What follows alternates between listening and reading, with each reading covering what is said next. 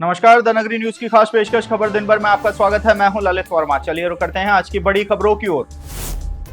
पूर्व मुख्यमंत्री अशोक गहलोत ने केंद्र सरकार, बीजेपी और आरएसएस पर देश के इतिहास को बदलकर सांप्रदायिकता वाला इतिहास बनाने का आरोप लगाया है। गहलोत ने कहा है कि ये लोग नया सांप्रदायिक देश से भरा इतिहास रचना चाहते हैं। ये इतिहास की बातें भुलाने के लिए जवाहरलाल नेहरू तक को नहीं छोड़ रहे हैं। नेहरू के लिए घटना बात लिखने वालों की मंशा खराब है।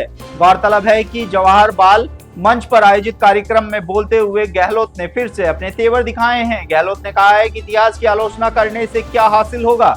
ये कभी नहीं कहते कि इंदिरा गांधी और राजीव गांधी ने देश के लिए जान दे दी। साथ ही गहलोत ने कहा है कि जो इतिहास को भुलाने हैं वे खुद कभी इतिहास नहीं बन पाते हैं। साथ ही गहलोत ने कहा है कि राजीव गांधी आईटी क्रांति लेकर आए थे, लेकिन आईटी क्रांति का सबसे ज्यादा फायदा हमारे विपक्ष के लोग उठा रहे हैं। राजस्थान विधानसभा में विपक्षी विधायकों की तरफ कैमरे लगाने के साथ ही बीजेपी विधायक गोपाल शर्मा द्वारा कांग्रेस के मुस्लिम विधायकों को घर वापसी की नसीहत दिए जाने को लेकर विवाद और गहराता जा रहा है।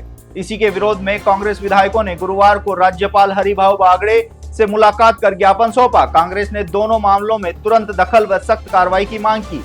नेता प्रतिपक्ष टीकाराम जूली के नेतृत्व में गवर्नर से मिले प्रतिनिधिमंडल ने कहा कि यह विधायकों की निष्ठा और संवैधानिक अधिकारों का खुला उल्लंघन है। कांग्रेस प्रतिनिधिमंडल ने विधानसभा परिसर को तुरंत सील कर हाई लेवल कमेटी से कैमरा मामले की जांच कराए जाने की मांग रखी। विधायकों ने कहा है कि हाईकोर्ट के रिटायर्ड जज की अध्यक्षता में सर्वदलीय विधायकों की समिति गठित होनी चाहिए, जिससे निष्पक्ष जांच हो सके। शाहपुरा स्थित पावन त्रिवेणी धाम में श्री भगवान दास जी महाराज का जन्मोत्सव ब्रह्मलीन पद्मश्री संत नारायण दास जी महाराज के अमृत महोत्सव के उपलक्ष्य में आयोजित 2 दिवसीय संत अमृत समागम महोत्सव में शुक्रवार को उप मुख्यमंत्री दिया कुमारी ने शिरकत की। उन्होंने साधु संतों से आशीर्वाद प्राप्त कर धार्मिक आयोजन की महत्व को रेखांकित किया। साथ ही श्री सीताराम जी के दर्शन भी किए। महोत्सव में देश भर से बड़ी संख्या में साधु संत पधारे हैं। धार्मिक अनुष्ठानों, प्रवचनों और श्रीमद् भागवत कथा के माध्यम से संपूर्ण वातावरण आध्यात्मिक ऊर्जा से सराबोर रहा। शनिवार को कथा का विधिवत समापन होगा। उप मुख्यमंत्री दिया कुमारी ने श्री राम रिचपाल दास जी महाराज से भी आशीर्वाद प्राप्त किया। उन्होंने कहा है कि ऐसे धार्मिक आयोजन समाज में अध्यात्म और संस्कारों की जड़ों को मजबूत करते हैं। त्रिवेणी धाम आकर सदैव गहन आध्यात्मिक ऊर्जा और सकारात्मकता का अनुभव होता है, जो जन जन के लिए प्रेरणादायक है। राजस्थान में बारिश का दौर थमने के साथ ही नमी बढ़ने लगी है। प्रदेश के सभी जिलों में मौसम फिलहाल शुष्क बना हुआ है। दिन में धूप और आसमान साफ रहने के साथ ही श्रीगंगानगर, बीकानेर, फलौदी और पिलानी में दिन के तापमान में बढ़ोतरी दर्ज की गई। वहीं मौसम केंद्र जयपुर के अनुसार राजस्थान में अगले 2 सप्ताह तक पूर्वानुमान जारी करते हुए 16 सितंबर तक मौसम शुष्क रहने की संभावना है। वहीं 17 सितंबर से मानसून फिर से एक्टिव होने और पूर्वी राजस्थान के कोटा, उदयपुर संभाग के जिलों में बारिश की गतिविधियां शुरू होने की संभावना भी है। पिछले कुछ दिनों से बारिश की गतिविधियों में कमी होने के साथ ही जहां प्रदेश के करीब सभी जिलों में दिन का तापमान 30 डिग्री के पार पहुंच चुका है, तो वहीं रात का तापमान भी करीब 21 डिग्री के पास दर्ज किया जा रहा है। उदयपुर जिले के खेरवाड़ा विधानसभा क्षेत्र में सांसद मन्नालाल रावत का विरोध सामने आया है। नया गांव ब्लॉक में युवा कांग्रेस नेता रवि भावा के नेतृत्व में कांग्रेस कार्यकर्ताओं ने काले झंडे दिखाकर अपना आक्रोश जताते हुए इस्तीफे की मांग की। रवि भावा ने आरोप लगाया है कि सांसद रावत के पास खुद की कोई उपलब्धि नहीं है।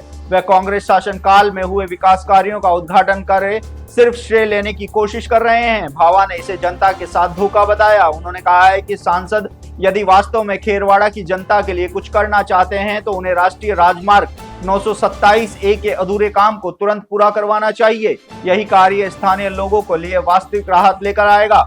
प्रदर्शन के दौरान युवाओं ने भी सांसद के खिलाफ नारेबाजी की और चेतावनी दी है कि अगर जल्द ही काम पूरा नहीं हुआ तो आंदोलन को और तेज किया जाएगा। अजमेर भीलवाड़ा के आजाद नगर में कमलेश सुथार की गला रेत कर नृशंस हत्या की अखिल भारतीय जांगिड़ ब्राह्मण महासभा जिला ब्यावर ने विरोध प्रदर्शन किया।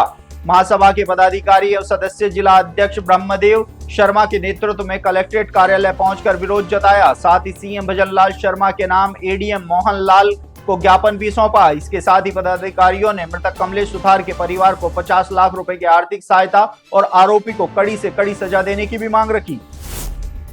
डिडवाना जिला मुख्यालय पर सरकार की ओर से चलाए गए अंगीकार अभियान के तहत विभिन्न कार्यक्रमों का आयोजन किया जा रहा है।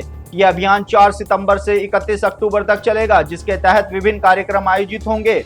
नगर परिषद प्रधानमंत्री आवास योजना के कार्मिक CLTC प्रेम फुलफकर ने बताया कि प्रधानमंत्री आवास योजना 2.0 शहरी 2025 के तहत इन योजनाओं का ज्यादा से ज्यादा प्रचार करने, आमजन को इसका लाभ पहुंचाने हेतु यह अभियान चलाया जा रहा है। इस अभियान के तहत विभिन्न कार्यक्रम आयोजित हो रहे हैं। अभियान का संचालन क्रियान्वयन अभियान के माध्यम से किया जा रहा है। साथ ही विभिन्न प्रतियोगिताएं भी आयोजित हो रही है, जिसमें क्विज प्रतियोगिता, खेल प्रतियोगिता, नुक्कड़ नाटक सहित अन्य प्रतियोगिताएं की जा रही हैं। डूंगरपुर पंचायत समिति आसपुर की ग्राम पंचायत टोकावासा की रात्रि चौपाल राजकीय सीनियर माध्यमिक विद्यालय टोकावासा में आयोजित की गई। रात्रि चौपाल में जिला कलेक्टर ने आए हुए लोगों से परिवेदनाएं सुनी। ग्रामीणों ने पेंशन शुरू करवाने, सीसी सड़क में नाली निर्माण करवाने, जल जीवन मिशन योजना के अंतर्गत शेष कार्य पूर्ण करवाने, सड़क पर अतिक्रमण हटाने की परिवेदनाएं प्रस्तुत की। जिला कलेक्टर ने अधिकारियों से तथ्यात्मक जानकारी लेकर त्वरित गुणवत्तापूर्ण निस्तारण के निर्देश दिए। साथ ही जिला स्तरीय अधिकारियों ने अपने अपने विभागों से संबंधित जन कल्याणकारी योजनाओं की जानकारी दी। रात्रि चौपाल में प्रतिभावान छात्र छात्राओं का अभिनंदन भी किया गया। धान, मूंग और बाजरा की समर्थन मूल्य पर सरकारी खरीद की मांग को लेकर किसानों ने आज हनुमानगढ़ के जिला कलेक्ट्रेट का घेराव कर प्रदर्शन किया।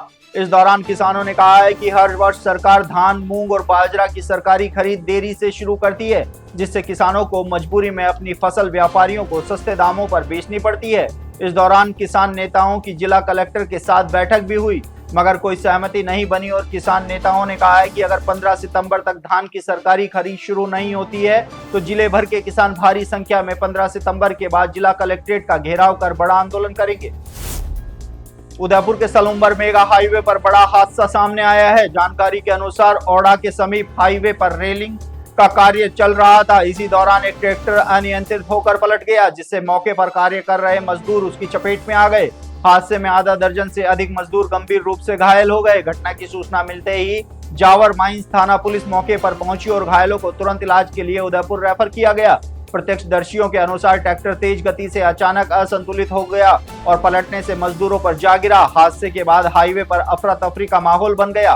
पुलिस ने ट्रैक्टर को जब्त कब्जे में लेकर मामले की जांच शुरू कर दी है। तो ये थी दिन भर की तमाम बड़ी खबरें। कल फिर से आपके साथ रूबरू होंगे, तब तक के लिए नमस्कार।